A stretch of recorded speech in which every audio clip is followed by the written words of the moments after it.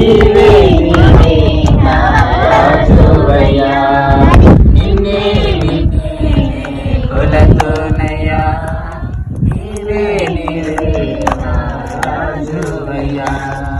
కొండలలో లోయలలో అడవులలో